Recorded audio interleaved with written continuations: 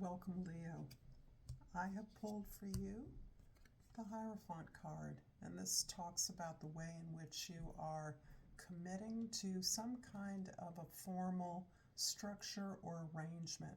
This can be relative to your professional, your work life, or your relationships. If this is a relationship, it is likely a marriage or a formalized contract, and this can also be relevant to business, a partnership in which you formalize the way in which you work together, how you profit together and separately. In other words, ways in which you're making your roles explicit, your work explicit. The same with a marriage or a significant relationship. When it comes to marriage, it need not be the formal ritual of marriage, but it is a marriage-like arrangement. And what I'm getting for some of you is because the full moon in Gemini is highlighting an area of your life that has to do with hopes and fears, there's something about marriage or formal partnership that both feeds in, or you glorify, and that you are also fearful of. Fearful perhaps because it's not something you've seen in your life that has been productive or happy or joyful. Fearful because of the way in which you may believe it will restrict you or limit you.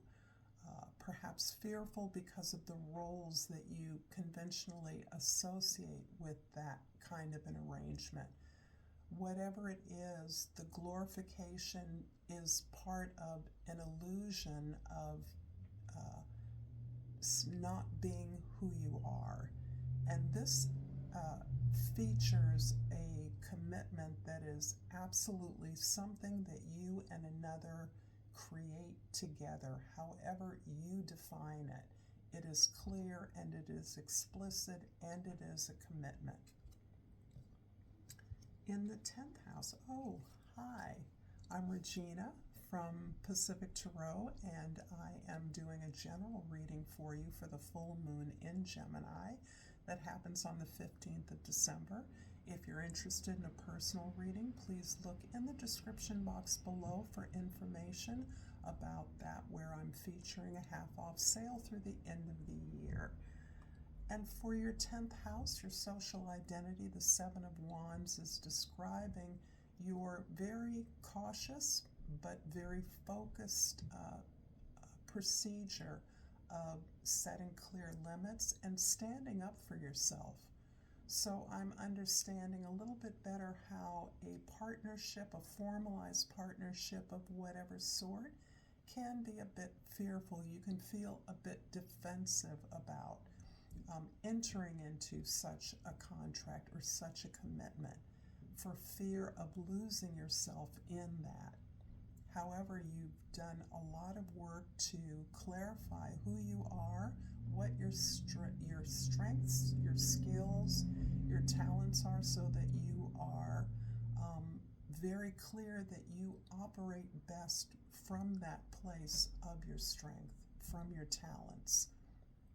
And on that basis, you understand that you are allowed, in fact, you can take all the space required to focus on your goals, on your dreams. That can include dreams of a partnership, but it's something you are able now to claim, to speak to not go along with what a more perhaps dominant partner desires, but a way in which you are toe-to-toe with someone. It's not a fight, but you are explicit about your goals and your desires and your ability to commit to your goals within a formal partnership. In the first house, your perspective, the Knight of Pentacles. This is beautiful. You're entirely willing and able to work towards what you want. This describes a little bit more about your desire to plan, to propose this, to work this out in advance, at least to begin discussing it openly in the beginning stages of this commitment, of this partnership, so that you are both, or as a team, collectively identifying the goals and next steps. And what I like about this card here is that it's not about doing the whole thing. You don't need to visualize your entire relationship, particularly at its earliest stages, even if you're moving towards a commitment. You simply need to identify next steps. Relax into the visualizing process in partnership with others so that it is agreed upon. You're on the same page and you're moving at your own pace. I think that's really key here. You're moving at your own pace. In the fourth house, the Four of Wands is again emphasizing commitment. Again, this focuses a little more usually in this position on your home, your family, a commitment of marriage or something more committed and anchored in family or even culture. So this represents your environment, your baseline, your the way in which you have established a foundation for this agreement, for this partnership, for moving towards your dreams and aspirations. And again, the idea that all good things, all hopes, all dreams have a flip side, and that flip side is the fear that comes from celebrating something that perhaps doesn't work out the way you hoped it would, the fear you feel because this is something that's really important to you, something that you absolutely believe is a significant principle or goal or aspiration in your life that you believe defines your best efforts. So you are in alignment for both or all of you in this partnership, in this arrangement. This is a wish fulfillment for both or all of you. This is equally joyful and a celebration when you do it as the basic foundation to a commitment that you envision as potentially long-lasting. In the seventh house of significant relationships, we have the Star, and if this is a relationship that has yet to move to this place, it indicates to me that you are actively open to a relationship of this weight, of this gravitas, so that you are looking clearly for a partner, as an example, or a team with whom you can achieve your higher goals, with whom you can pursue your aspirations and dreams. This is something that takes a lot of work to even identify and then to begin to aim towards this over and over again. This is not happiness that you just choose. This is happiness you work towards. And particularly after a number of challenges and disappointments, this is a happiness that you now understand is based on your authenticity of being who you really are, saying what you really want, claiming your real desires, and taking the hit. Maybe they don't come to pass, but it won't be because you didn't ask for it. You didn't make it clear what you wanted.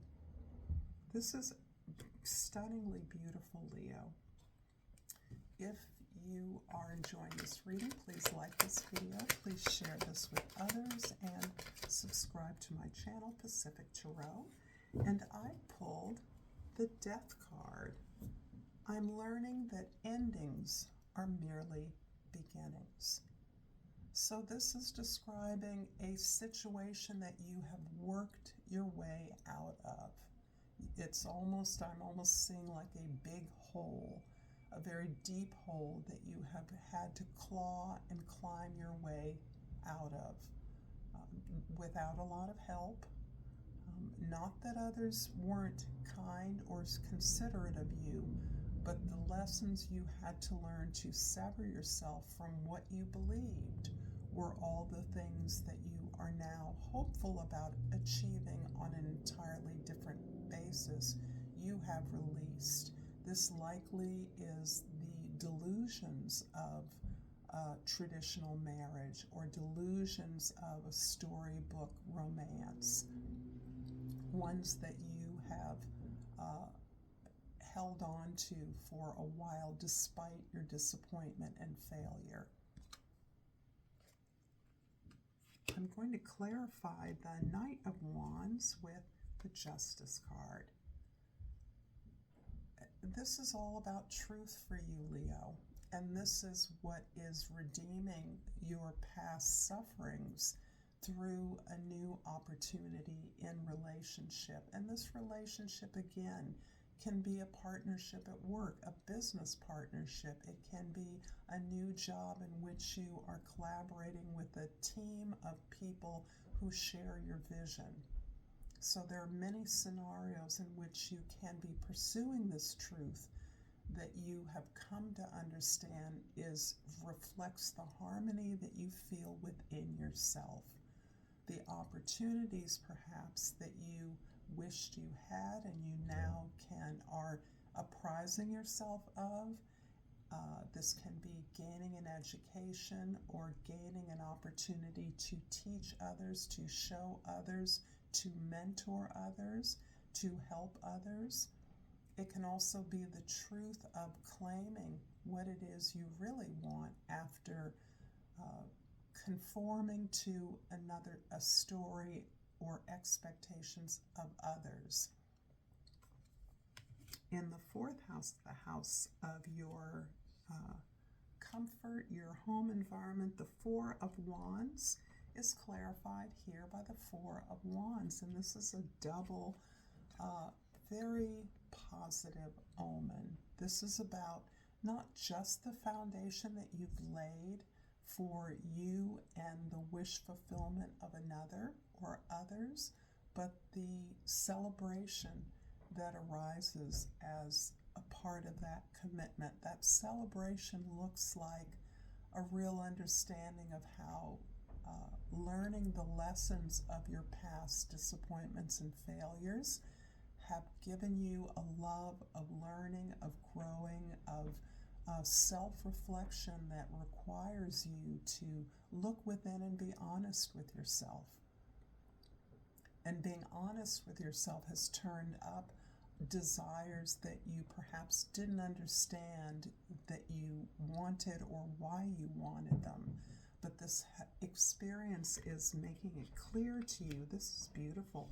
This is like a double wish fulfillment, a double 1111. So it's very good energy. And it seems to reflect on for those of you that are looking for a kind of commitment. Again, to an individual, in a business arrangement or a work arrangement, or to a team, an audience, clients, customers. And this is clarified by the Ace of Cups. So yes, I'm feeling love in the air for you. And it's interesting because this again reflects on your hopes and your fears. So the hopes are obvious, teaming up with someone with whom you can share a journey of building something significant beyond even the two of you, contribute in a way to the well-being of others.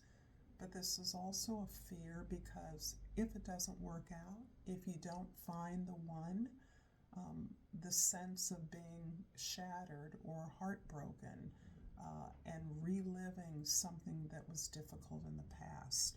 I have to say that even if this didn't work out, even if you find someone to whom you could propose this opportunity, this commitment to, or who proposes that to you, this would not be the same kind of disappointment. When you've committed to your hopes, your dreams, and you put yourself out there clearly and respectfully, that is a different kind of disappointment than when you were simply following along with what others expected and trying to fit in with someone else's vision that did not match yours. And that's what I'm feeling you've experienced. So no matter how this works out, you are a winner because you are transformed by this process of releasing the old and allowing yourself to be renewed through this journey to find significant connection and a commitment, a meaningful commitment. The Seven of Wands in the 10th house is clarified by the Nine of Swords. Yeah, this is all about severing yourself from suffering. You're not addicted to suffering anymore. You're not in the zone, the cycle of sadness, of pain, of considering what if, how you should have done something, what were the mistakes you made, what were the mistakes others made, why is it their fault, why is it my fault, or why do I feel bad because someone else hurt me. You have finished this cycle and replaced it with a place where you are on your path of yourself, loving yourself, respecting yourself enough to say what it is you want, say what it is you need, and to know that that is the powerful way that you cannot be stopped. Whether this works out or not, you are already on the path of wish and dream fulfillment, of commitment to your higher self. I'm going to finish off this reading with a flora and fauna of Africa, our homage to the motherland and Mother Earth. And I pulled the bush elephant. And the key word here is sweet memories. Interesting. You are in control. Trust and rely on your strengths. Let your wisdom and intuition guide you. Thank you so much. If you've enjoyed this content, enjoy the content that is popping up on either side of my head. Until next time, namaste.